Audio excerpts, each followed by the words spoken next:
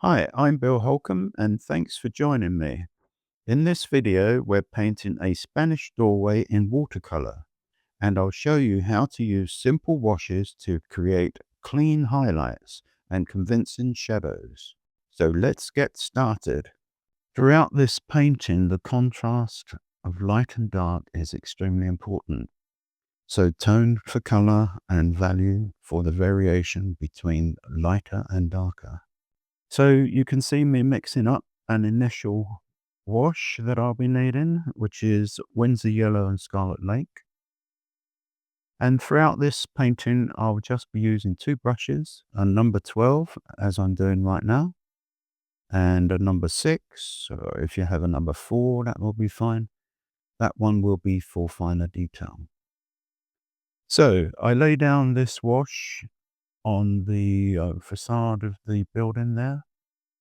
That wall has got a nice reddish tone to it, but at this stage quite light, very much an underpainting.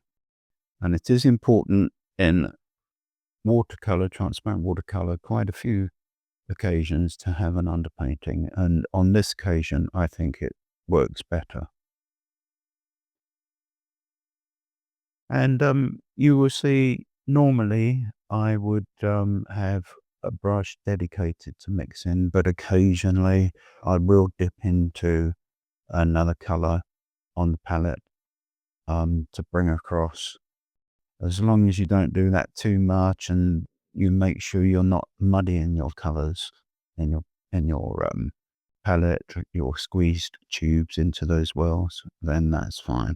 But a good discipline mixing brush like I'm using now for the yellow ochre, where I have to really dig into some of the pigments. And I'm using this for the stairs. We want the stairs to be light, and you will see at the top of each tread, we do have a light area where the sunlight is bouncing off the top, but still very much underpaintings. We've got a little bit of sky showing through that gap in the wall, and that lamp, I'll be painting around the lamp, so negative painting.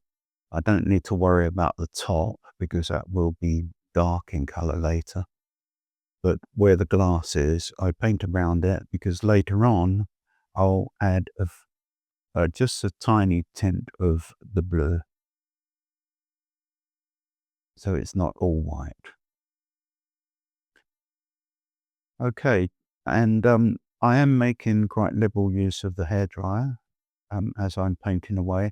If I was painting this on plein air, I would have to be darting from one section to another whilst one section dries, and I can work on another without disturbing it, etc.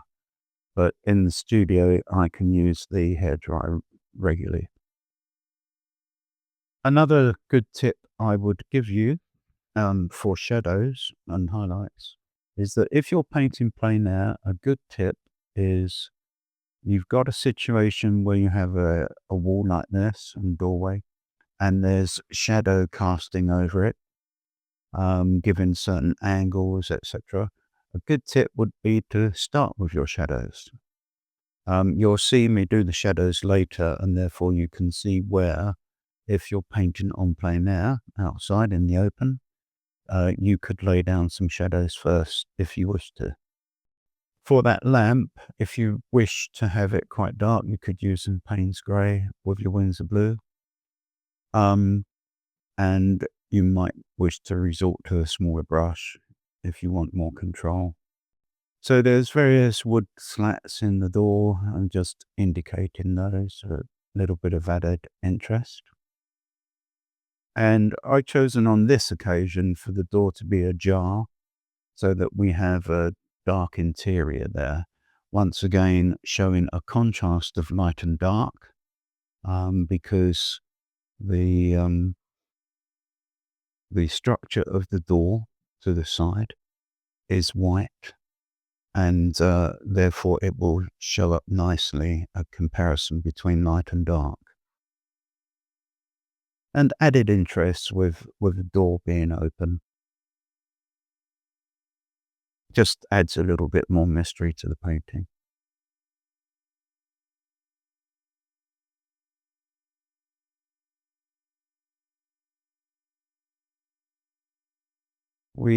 I've created a little window to the side there as extra interest rather than just a totally blank wall.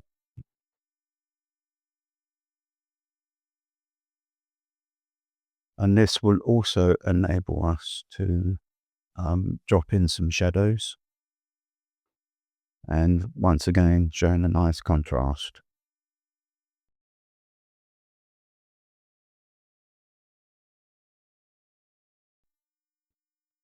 This is quite a quick painting. It's a good one to practice with, and always have a spare piece of paper to one side so that you can test your color mixings and maybe even test some sketches and so forth before you apply to your masterpiece painting. And as you can see, always have tissue to hand so that I can lift and get the right value that I'm aiming for. There are little hinges on this one, and in theory I could quickly dry this off with a hairdryer, but I'm trying to make rapid progress. When I do the hinges on the right, they bleed in a little bit, but once again, good use of the tissue to lift. And here I'm just filling in that glass area for the lamp. We do show you the colors on the screen that I'm mixing up. For the pots now, bearing in mind that the light on this occasion will be from the right, casting shadows to the left. So the left parts of the pots will be a little bit darker. Would be more obvious on the left-hand pots going up the stairs because they're in direct sunlight, whereas the others are shielded somewhat by the wall that adjoins.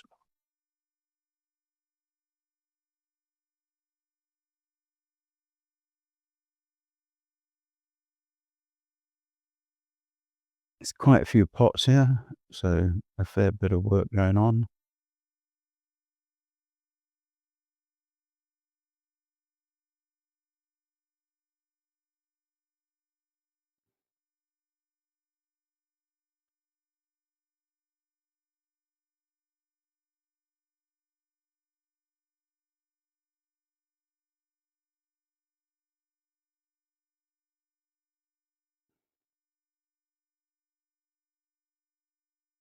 Now for the greenery,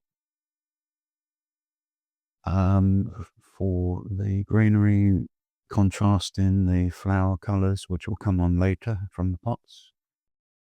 Mix up your Winsor Yellow and Winsor Blue. And on this occasion, I'm painting the greenery first. You may wish to paint the colored flowers first and then paint the greenery around them. But as you can see, I've left plenty of gaps where I can drop in the colors for the flowers.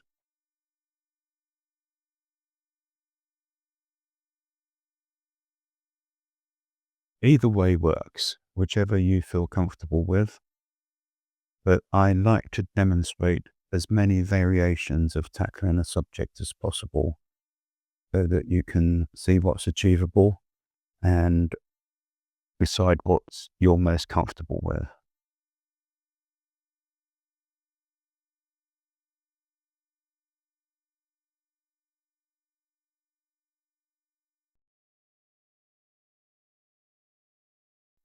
Now just emphasizing some of the shadow area on some of those pots.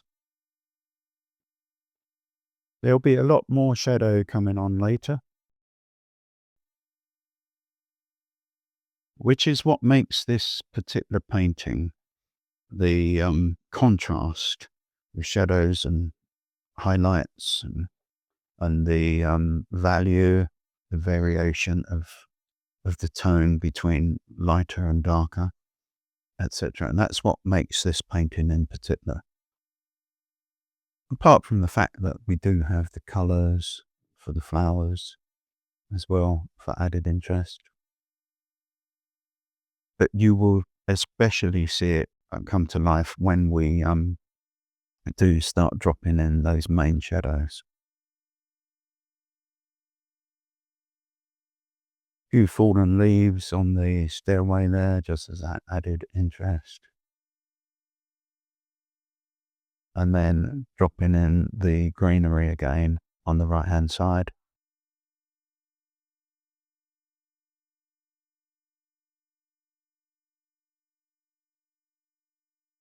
We've also got a large pot on the right hand side that I'm just about to start painting in, because that is the pot for the climbing roses or other flowers around the doorway.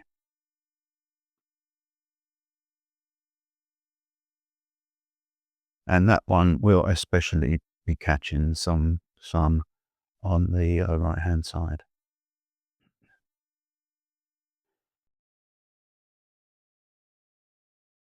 And you could, of course, vary the greenery if you wish, some lighter, some darker, and choose different colors for the flowers. I'll just stop with red here, but you could drop in some yellows and blues or whatever. If you want to drop in a pink, then you'd either need one from a tube, or you would have to resort to add in some opaque white color to some red in a separate pan to achieve a more pink color.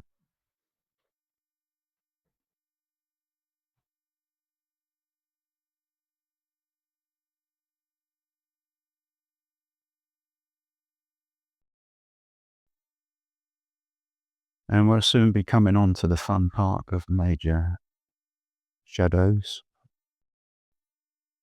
This video now is about 2/3 through. As you can see, a lot of the detail has been completed.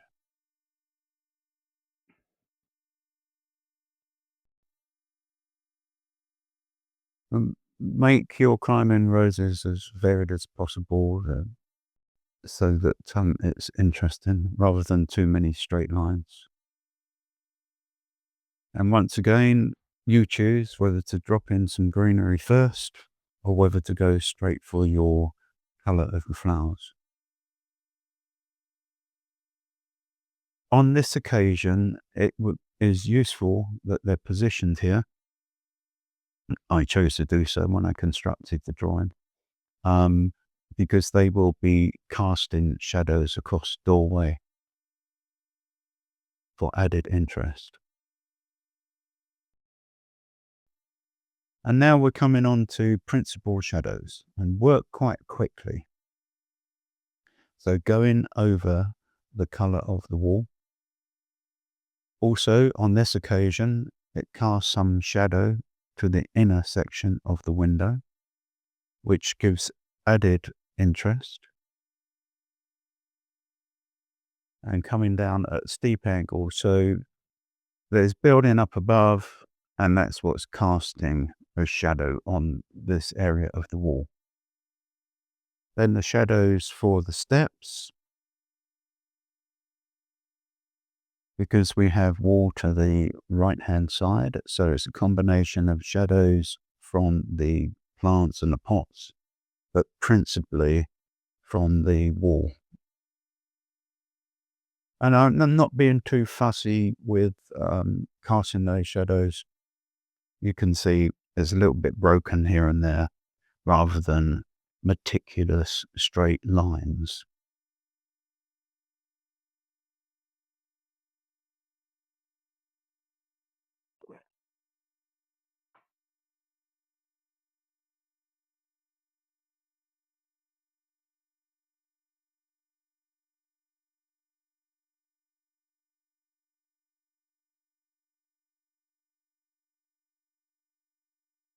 You can see now that I've been laying down these shadows that there's a very nice contrast going on between light and dark.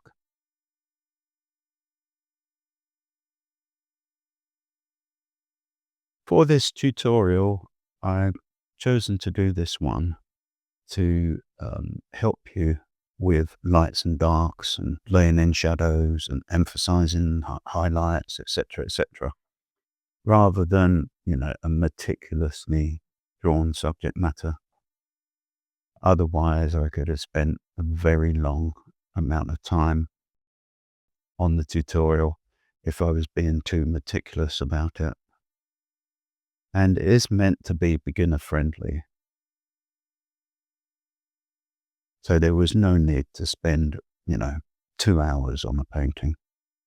This is executed extremely quickly.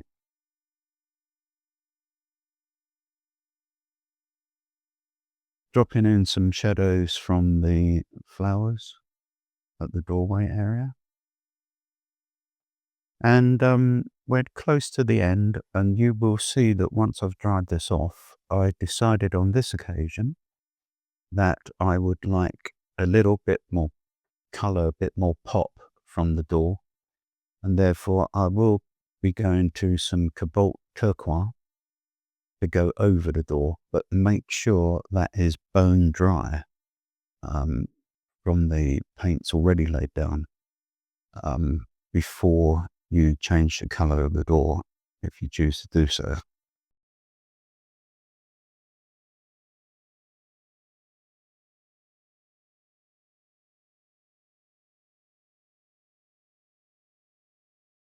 Getting near the end now, getting close to the time when I put that Cobalt Blue over the door, and just make it sing out a little bit more, brighten it up. And as I said, because it's bone dry first, I will not lose those shadows that I've painted in. Once that's dried off, I think you'll find it works better.